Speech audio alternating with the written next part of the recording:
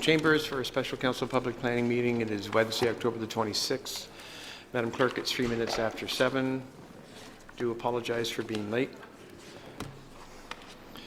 Councillors, declarations of pecuniary interest and general nature thereof, please. Seeing none, Madam Clerk.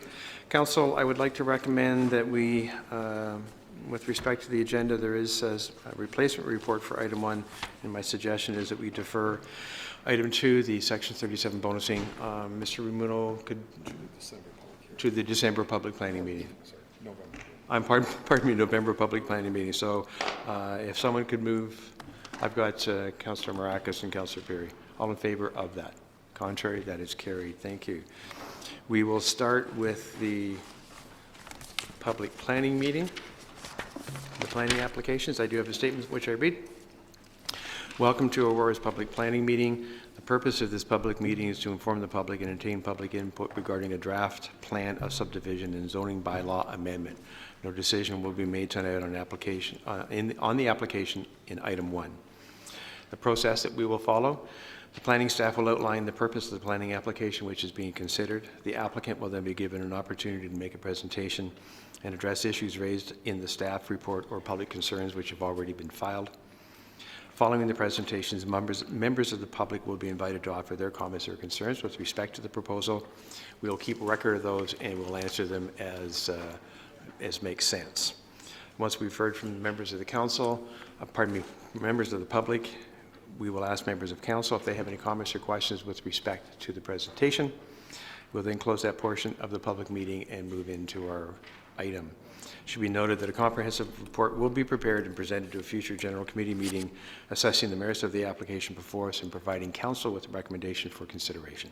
It's very important that the town receive correct names and addresses of the individuals having an interest in the planning application. Therefore, if you plan to speak to council at this meeting, or if you wish to be notified of any further council or committee meetings concerning the applications being considered, you must complete one of the green interested party forms that Linda's holding up, and please return it to Linda before you leave this evening. Under the Planning Act, any applicant or resident has a right to appeal to any decision of council on a planning application to the Ontario Municipal Board, but you must verbally express any comments or concerns here tonight, or submit any comments or concerns in writing to the town prior to council adopting an amendment. The Ontario Municipal Board may dismiss all or part of an appeal made in respect of the application. This public meeting is being audio and video recorded. Your name, address, comments, and any of the personal information are being recorded according to the Municipal Act and the Municipal Freedom of Information and Protection of Privacy Act. This will help our town clerk prepare accurate minutes and to create a record that is available to the general public, including the town's website. Questions about this collection should be directed to the town clerk, Town of Aurora. Now ask the deputy clerk to confirm that notification to the public has occurred as required by the Planning Act. Madam Clerk. Thank you, Mr. Mayor. Respecting item 1, application for draft plan of subdivision and zoning bylaw amendment, Ballymore Building, South Aurora Corporation, 14452 Yonge Street, Part Lot 75, Concession 1, file numbers SUB-2016-02 and ZBA-2016-09. On October 6, 2016, a notice of public planning meeting was published in the Aurora and Aurora Banner newspapers and given by mail to all addressed property owners within a minimum of 120 meters of the subject lands. A notice of the public planning meeting sign was also posted on the subject lands. Public meeting notification has been provided for in accordance with the Planning Act. Thank you, Madam Clerk. I will now ask the Director of Planning and Building Services to begin with the presentations. Mr. Rumuno. Certainly. To you, Mr. Mayor. So our first application is the Ballymore draft plan of subdivision and zoning application. Mr. Decima, the representative from Ballymore, is here with his planning consultant, and our planner, Drew McMartin, will provide a brief overview of the application. Drew. Thank you, Mr. Mayor, members of council. The applications before us this evening are a draft plan of subdivision and zoning bylaw amendment, as previously mentioned. The applicant, of course, is Ballymore Building, South Aurora. Location is 14452 Yonge Street, and the file numbers are sub-2016-02 and ZBA-2016-09. The proposal before us this evening is a draft plan of subdivision application proposing 40 single detached condominium dwelling units developed as a plan of condominium. The zoning bylaw amendment is to rezone the subject lands from rural Oak Ridges Moraine Zone to detached dwelling second density residential exception zone, major open space exception zone, and Oak Ridges Moraine Environmental Protection Zone. Here we see the existing lands today, or an aerial photo recently. To the north, we have the CN Rail tracks, Metrolinx tracks. Further north of that is existing residential, and to the west as well as the tracks and existing residential. To the south is BG Properties. That was formerly the Coots application, which was approved June 26, 2013. And to the east, we have Yonge Street. The official plan, actually should not say that. Oh, sorry, the official plan, the subject lands are located within the Yonge Street South Secondary Plan, OPA 34. Under OPA 34, the subject lands proposed for development within the draft plan of subdivision are designated as cluster residential, private open space, building setback, ecological buffer, environmental protection area, and environmental restoration area. Here we see the official plan amendment 34 map, Schedule A. The zoning bylaw, it's currently zoned, as previously mentioned, rural Oak Ridges Moraine Zone by the Town of Aurora zoning bylaw. And as previously mentioned, the owner has applied to rezone the lands to R2 detached dwelling second density residential exception zone, the major open space exception zone, and the Oak Ridges Moraine Environmental Protection Zone. Here we see a snapshot of the current zoning on the property. So as you can see, it's zoned rural Oak Ridges Moraine. The area to the southeast is actually the BG Properties Phase 1 zoning bylaw that was approved. And here we see the proposed zoning bylaw. So you'll notice that the R2 is predominantly located on the west end of the property, with the east end as lands to be retained and EP. The proposed draft plan of subdivision proposes 40 single detached condominium dwelling units. The plan of condominium application, which was submitted by the applicant, will be presented to council in the future. Will provide for a common element portion of the development proposal consisting of a private road network and a private stormwater management pond. Blocks within the draft plan of subdivision are proposed for open space and environmental protection area. Here we see a breakdown of the lots and the associated areas. So the first 40 blocks or lots are single detached residential units. The lot frontages range from 11.6 meters to 17.5. And in total, the residential portion is approximately 1.77 hectares or 4.4 acres. There's also some open space, the private stormwater management pond, environmental protection area, which encompasses 3.06 hectares of the site, lands to be retained by the applicant, which is 1.71 hectares, and the private road. Here we see a concept plan of the proposed draft plan of subdivision. Again, you'll notice the majority of the development is congregated on the west side of the development, with no real development proposed on the east side in the current draft plan. Here we see some conceptual building elevations in terms of what's being proposed from the single detached perspective. In the next image here, we see just a color rendering or a conceptual design of what these houses may look like. In terms of preliminary comments, the consideration of the subject application relative to existing and future surrounding land uses to assess the compatibility and appropriateness of the proposed draft plan of subdivision and zoning bylaw amendment will be considered. Consideration and accommodations for servicing and private road access from the subject lands to the abutting lands to the north, 14476 Yonge Street, should also be given. In addition, consideration of proposed trails through the open space block. Consideration of noise impacts of the proposed development in relation to the Metrolinx train line / GO line and proposed 22.5 meter railway setback, whereas currently our policy is a 30 meter setback in the railway standards, and that was recently approved in the BG Properties, formerly the Coots. In addition, consideration of the heritage impact of the proposed development on the subject land should also be considered, as well as conformity with the Oak Ridges Moraine Conservation Plan and the Yonge Street South Secondary Plan. In conclusion, staff will undertake a technical review of the subject application addressing the outlined matters, as well as the comments received from the public here this evening and any comments from council here this evening. A comprehensive report with recommendations and options will be presented for consideration and direction at a future general committee meeting. Thank you. Thank you, Drew. For the proponent, Tom, come up and introduce yourself.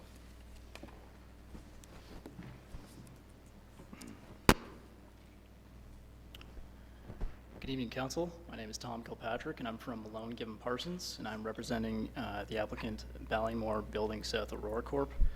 Regarding their property at 14452 Yonge Street. My client has submitted a draft plan of subdivision, a draft plan of condo, and a zoning bylaw amendment to develop 40 single detached dwellings on a private condominium road in the west portion of this property.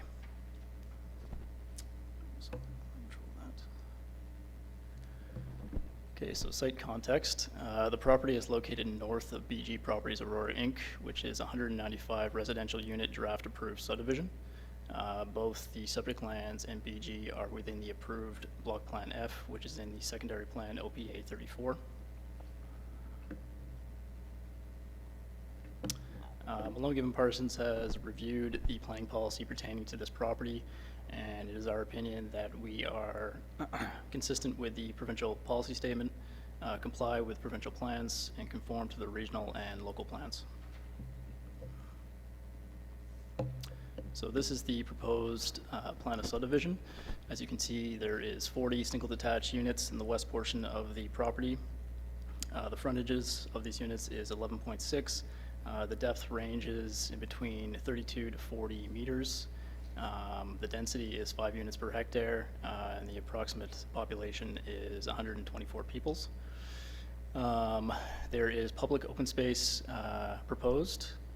There is also environmental protection area proposed, which is proposed to be conveyed to the town. There is a private stormwater management pond. To the east of the property along Yonge, there is also lands to be retained by the applicant. On this portion of lands, there is an existing home which is listed as a heritage home. These 40 lots are serviced by a private condominium roadway. This roadway is 9.2 meters in width. This roadway is able to convey emergency vehicles and town of Aurora garbage vehicles, and also can hold street parking on one side of the road.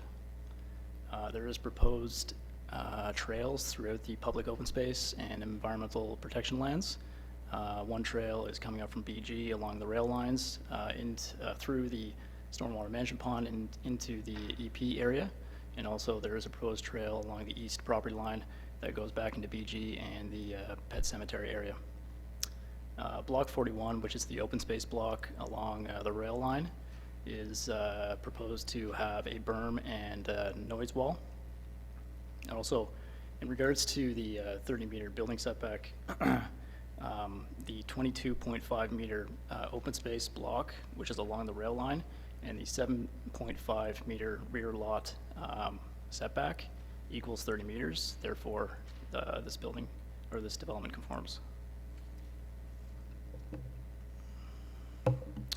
So this is the proposed development in a neighborhood plan with BG. As you can see, the proposed development access is proposed through the BG property through to Yonge Street. This property will be privately serviced via sanitary and water and also stormwater management. So these are proposed building elevations of the single detached units within the development. Each unit will be 2 stories. Each unit will have a minimum of 4 parking spaces, 2 in the garage side by side and 2 on the driveway side by side. Zoning bylaw amendment is to implement the draft plan of zoning, or sorry, draft plan of subdivision. The proposed zoning is actually very similar to the BG Phase 1 zoning that was approved earlier this year by council. The current zoning on the site is Oak Ridge's Moraine Rural, and we are proposing detached dwelling second density residential, major open space exception zone, Oak Ridge's protection zone as well. So in conclusion, this proposed development complies and conforms to all applicable provincial, regional, and local plans. The proposed density, population, housing, and land use are appropriate. The proposal will assist in the region and the town in meeting their respective intensification targets.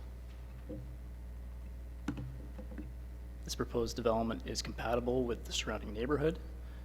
The proposed is a compact cluster residential development that preserves and conveys open space to the public and protects environmental areas. And finally, the proposal represents good planning and meets the requirements set out by Section 5124 of the Planning Act. That concludes this presentation. Thank you. Thank you, Mr. Kilpatrick. I'll now open it up to any members of the public who have any comments or questions with respect to this application.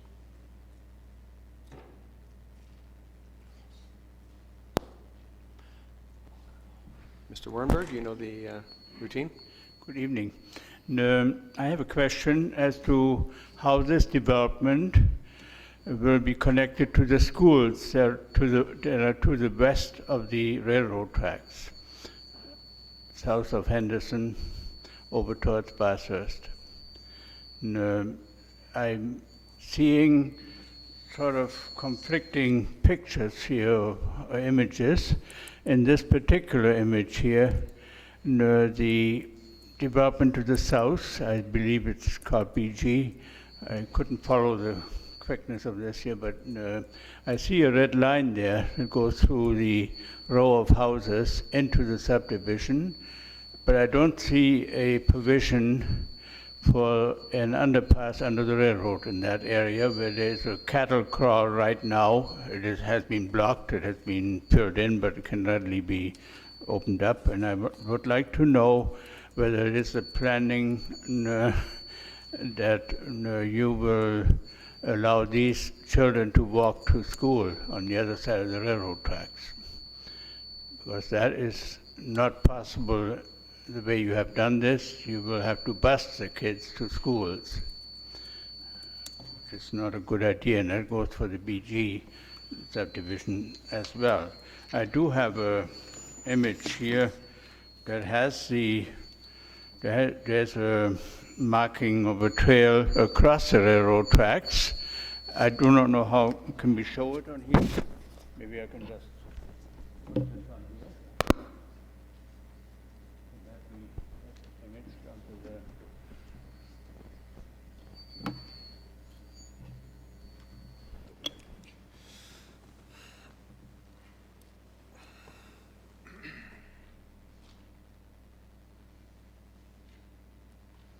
I think this will also show it. It's a little bit different from what I have here. Mr. There's Wernberg, Mr. Ramuno can answer that question. Okay. Mr. Ramuno, please. Certainly, to you, Mr. Mayor, with respect to the underpasses that are shown in our master trails plan, they are there. This application is protecting for that trail corridor adjacent to the rail corridor. We have had discussions with Metrolink staff. As you know, they're working on their plan to expand their corridor, and they are aware that we would like those underpass pedestrian tunnels to be constructed. So if Metrolinx does construct those tunnels, that connection will be possible between both communities on either side of the rail tracks. So we are securing a trail along the rail corridor, but we need Metrolinx to construct those pedestrian underpasses. Please. Oh, okay, thank you. May I have an additional question? Yes, sir. Mainly, you have had meetings with Metrolinx. How are those meetings going relative to the underpass? Because it's a key connection to the other side of the railroad tracks. And I just wanted to know how you're making out in terms of, getting Metrolinx to agree to get this done while the reconstruction gets done, Mr. to Ramuno. keep the costs down. Certainly. To you, Mr. Mayor, we've made our position very clear to them that we want those underpasses constructed. They are in their environmental assessment process mode, so they're collecting the information from us. Again, we've made it clear, and again, they're just in the middle of their process. So we'll continue to make our point. to get this cleared up? Like by what timeline have they given you in terms of getting this resolved, this issue? To you, Mr. Mayor, again, the Metrolinx corridor expansion, that is their 10-year plan. They're in the middle of their study. They're aware of our comments and our requests to have those connections made. So, and we continue to have meetings with them. So they're aware of our position. That was my concern, the connection to the other side of the railroad track. If we don't put this in now, we'll never get it. Thank you, sir. Any other comments from the members of the public? Seeing none, I will ask councillors if they have any questions for the presenter. Tom, maybe you'd like to join us back at the podium if there's any comments or questions for the presenter.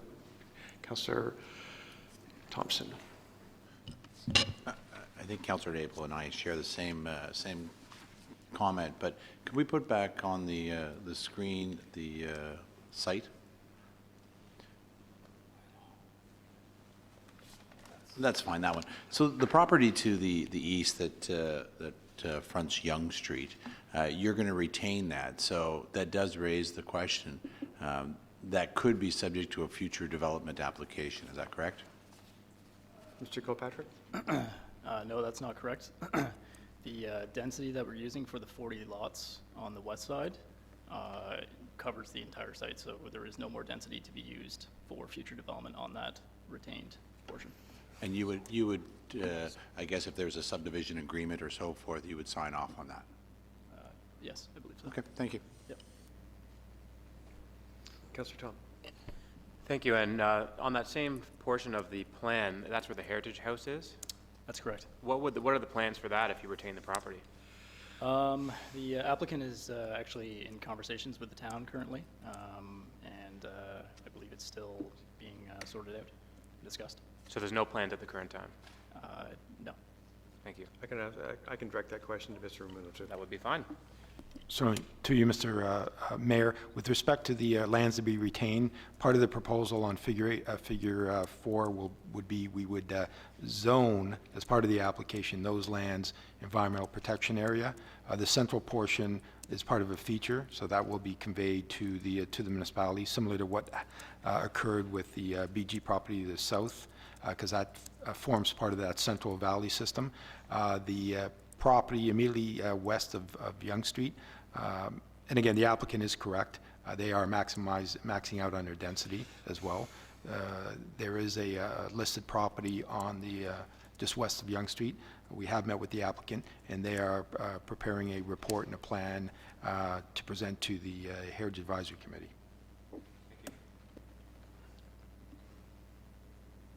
Any other comments or questions for the proponent? Okay, so we'll close this portion of the public meeting. Linda, if you could please put the recommendation up on the floor, on the screen, excuse me. And if someone would move that for me, please. Councillor Perry, thank you. Councillor Kim, comments or questions on the report? Councillor Perry, Councillor Tom, Abel, Gardner, Thompson. Thank you, Mr. Mayor. And through you to Mr. Ramuno, based on Councillor Thompson's comments and what we heard from the presenter, what can be formalized from our end to ensure that it's clear that the density for the retained home can't be redeveloped down the line? Through you, Mr. Mayor. We're going to follow a similar process we did with the application to the south. So we would, as part of the application, zone it, not for residential use, apart from the existing home that's there. So what that means is, if the applicant at a future date or a subsequent owner comes forward with a development application, it's well documented. They obviously would need to not only amend the zoning bylaw again, they would have to come in with an official plan amendment. And so it would, they would have to demonstrate, why they think a redevelopment of that site is appropriate. And I think, we've been consistent with how we've dealt with the properties in this area by zoning them at the same time, zoning the retained lands for just the use of as a single residence. And to follow up, is there an opportunity to put a restrictive covenant on the property to ensure that it doesn't get, redeveloped in 25, 30 years, 40 years? Through you, Mr. Mayor, that's also an option. I'll make a note of that and have a discussion with our solicitor about moving forward with that approach. And the only reason I would ask for a little bit more teeth to this is we've seen how it works with the property on Vandorf Side Road that was redeveloped twice. So I think it's fair to have it all out, and if this is our understanding, and if that's what the planner is telling us from the other side of the table, I'm happy to move forward with this, but I just think there needs to be documented proof and more than an official plan amendment to change down the line. Councillor Tong. Thank you. And just to Mr. Warrenberg's concerns, I just wanted to relay those, that we're going to do everything we can to get those put in place. Okay. Next comment is, in terms of some of the exceptions that they're asking for and with respect to the zoning, the differences from the R2 to what they're asking for, are those somewhat similar to the lands to the south? I mean, just based on looking at the site plans, it does to me, but could you just confirm that, there's nothing drastically different from what they're asking for the southern lands to this site? Certainly, through you, Mr. Mayor. No, it's going to be a similar development as to the BG to the south, and similar zoning exceptions. Just to keep in mind, the R2 zone that we currently have in our zoning bylaw, dates back decades, and this type of housing is what we call a bit more clustered, but they are large two-story homes with double-car garage, and those exceptions are similar to what we approved with the BG application. Thank you. And is it possible then just to get a comparison when we get this, if this does go to GC for the two? Because this, to me, it almost looks like a continuation of that. And so if it is, I'd just like to see what was approved for the subdivision below. Thank you. Councillor Abel. Thank you. So I just need a little more clarification, please, on that piece of land. So the density is based on 40 acres. Did I get that right? Excuse me, 22.2 acres. And that includes the cluster of residential, then the environmental piece we call X1, and that includes the EP we call X2. So that's a total of 22 acres. Through you, Mr. Mayor, correct. I mean, I guess the best drawing is either location map that identifies the entire land holding, which is... That was good right there, Linda. That's it. But the 40 lots, again, are clustered Drew. over to the west, and they are being accessed via an extension of that private road from the BG development, which still needs to be constructed, and we've secured those easements from BG to allow, or they have been secured with Ballymore to allow that connection. So it is really an extension of the BG development to the south. Right. And so my focus right now is on the EP X2. So that is part of the development and the cluster, so it meets the OPA, and we allow the 40 homes. Yet that piece of property is going to be retained by the owner. Is that correct? Through you, Mr. Mayor, that's correct. So I'm a little more comfortable with what we've done in the past, I think, with the cemetery. Can you clarify for me? That's that piece it's kind of hard to describe, but the 7.5 concession, it's the piece up above and down below. That's the feature where the cemetery is. Is that... Through you, Mr. Correct. The cemetery is, Drew is pointing to it at the arrow. It's at the very southeast corner of the subject lands. Well, it makes sense to me that they're going to be connected because they're environmental practice.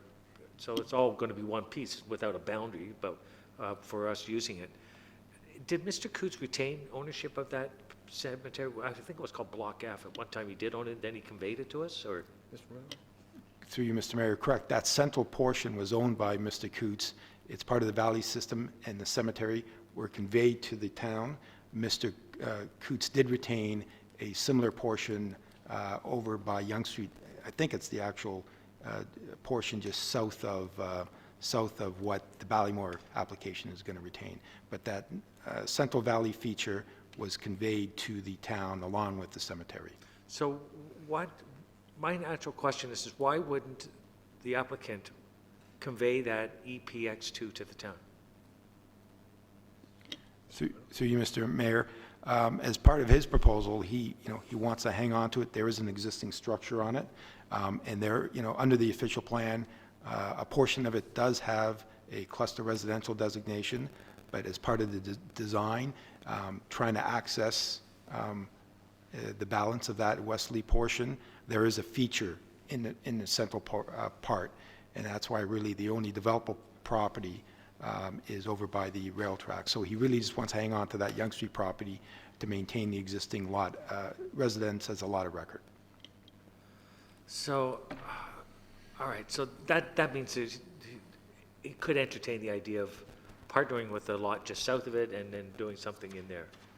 And he's already used that land for the cluster, so I got a little question about that. Well, that was Councillor Perry's point.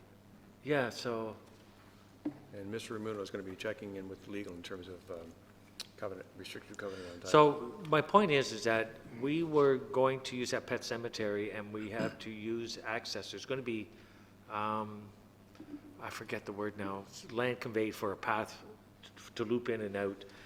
Parking really isn't available. It is in a private condominium. And now I look at this as an opportunity to where we could put a few parking spots and use that to bring people into the cemetery. So, I mean, Mr. Ramuno? I'd be a little more comfortable knowing that we would have access to bring in a proper trail through that lot, and if we wanted to put in maybe 5, 10 parking spots or something, so that we would be able to have public access into the pet cemetery. To me, it just makes sense while we're here talking. If the applicant wants to retain it, and we are looking into it, and I just want to be sure that we can make sure that that will occur, and we don't come down the road like we did at Timber Lane, and them saying, well, we'll put in a sidewalk, but we're developing it, and you know what I'm saying, Mr. Bruno. So, along with Councillor Perry, I want to emphasize the opportunity we have for that natural feature to put in a path, and I see some clearing in there. We could put a couple parking spots in there. It would be brilliant to do that. To you, Mr. Mayor, just to clarify, through this proposal, we will be securing that continued trail connection north through this property. That will be secured. And we will, and I think our trail plan does show that. I'll make a note of that. And we are working with BG owners to the south in securing so a trailhead parking area just off of Yonge Street as well. Okay, I hope I've made myself clear, because I would like to see that at General Committee. Thank you. Councillor Gardner. Thank you, Mr. Mayor. Through you to Mr. Ramuno. Mr. Ramuno, the chart on page 6 with the R2 zone and then the exception, how many homes would be permitted if we kept to the R2 zone requirement the way it is now? Mr. Ramuno? To you, Mr. Mayor, that I'm not sure. We haven't done that exercise. It would require a redesign of the plan. Thank you. My comment is that the exceptions that are asked for example, lot area to go from 460 square meters to 300, the lot frontage, the front yard, the rear yard, the side yard, the exterior yard, they're all require exceptions. This is land on the Oak Ridges Moraine. This is precious land. Let's not give an exception. Councillor Thompson. Thank you. I just have one additional comment. Page 8, it says that in relation to the Metrolinx train line, the proposed 22.5 meter railway setback, whereas 30 meters is the norm. I guess my one concern is, as we've talked about the fact that they may have to add in, they will add in an additional track, and so that 22.5 meter setback, chances are, will be eaten up a little bit with whatever Metrolink is going to do. So I have a little bit of concern that while we're talking about a reduced setback already, some of that will have to be used up for any sort of expansion. So I guess I'd like to see a little bit more information about that when the report comes back. Councilor Morakis. I'll just be very quick. I'll be in favor of moving forward, but I share the concerns. I'd like to make sure, Mr. Ramuno, if they're, make sure that there is a restriction, because, I mean, we've seen at this table many times, our official plan seems like it's not worth the paper that it's written on, so I would like to see something in specific in writing for that. And as far as the structure that's on that piece of property, does that mean that another structure could be, like, that could be taken down and another structure could be put in its place? Mr. Moon? Through you, Mr. Mayor, that's what the applicant is working on. It is a listed structure, so he's working on plans, and he wants to present that to our Heritage Advisory Committee. That may be his intent, to either renovate that or rebuild. And that, you know, based on it being a lot of record, or it already exists, subject to review by the Heritage Advisory Committee and review of any historical elements, that could be a possibility.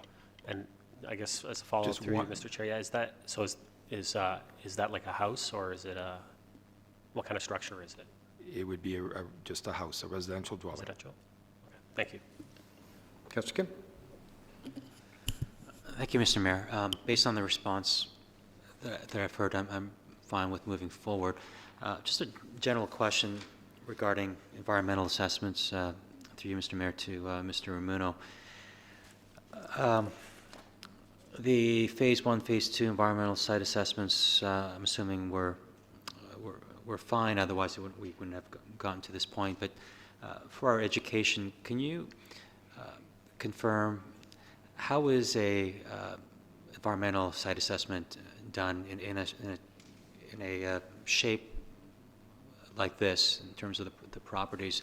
Are there like boreholes that are done throughout the property in question, or is it a surface level view? Can you just educate us in terms of what is done? And in addition to that, do they have to look for certain chemicals or toxins to identify, kind of like a blood test, where if you don't actually have to look for something to actually find it, or how would that work?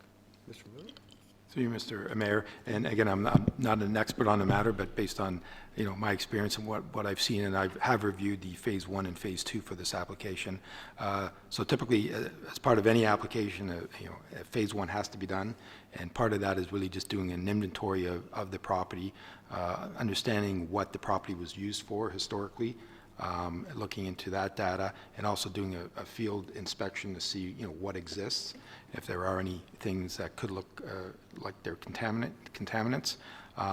If that crops up during a Phase 1, a Phase 2, a more detailed review, you know, on-site occurs, and that is submitted as part of the application. So based on the Phase 2, the site, you know, doesn't contain any contaminants, and it is clear of any risk, and so it can, you know, the redevelopment application for a residential use can proceed, subject to the review of all the other applications.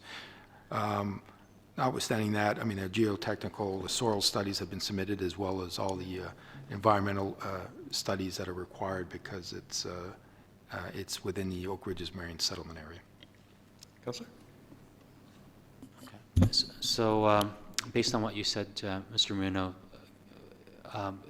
given that there was a Phase 2 assessment, I'm assuming that in Phase 1 they found something that required Phase 2 to be completed. And in terms of the soil samples, do they go throughout, like through each corner of the perimeter, to ensure that it's environmentally friendly throughout? Through you, Mr. Mayor, again, from what I've seen and my understanding, the Phase 1 did reveal, I guess, some old containers, and that's what triggered the Phase 2. Those were tested, and the report identified that there was no contamination to be concerned of. I'd have to report back to council with respect to the extent of, the field investigation that occurred on the site, because it is over a 20-acre site. But I can certainly report back to council on that. Councilor? Yeah, thank you. Yeah, that'd be great if you could report back on that. Thank you. Mr. Ramuno, Mr. Kilpatrick said that they do meet the setback. So if you could please bring some clarity to that, whether it's the 22 meters or the 30 meters. If you can't do it now, if you can certainly bring it back, certainly to Councillor Thompson's point, they will be double tracking at some point in the future. And also, and I meant to ask this when the proponent was at the podium, if they could be considering LID. Given that it's an environmental area, I think that would be a good thing to consider. Councillor Gardner for the second time. Thank you, Mr. Mayor. I'm fine. Okay, thank you. Any other further comments, Councillor Perry? Mr. Mayor, it's somewhat of a flippant comment, and I don't make them often, but I would be disappointed if, after all of these lots are parceled out, if we hear down the road that there's not enough money to restore the home on site to its former glory.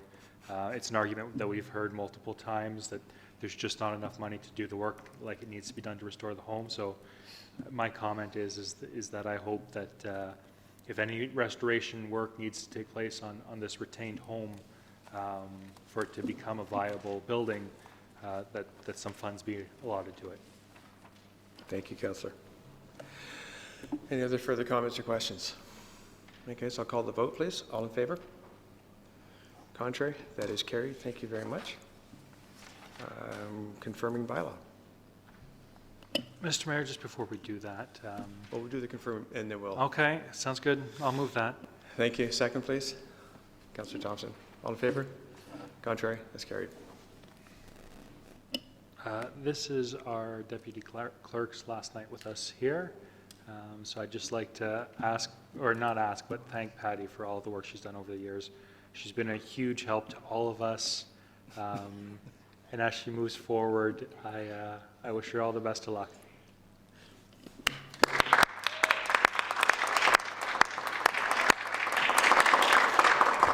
Now that we've sufficiently embarrassed Patty,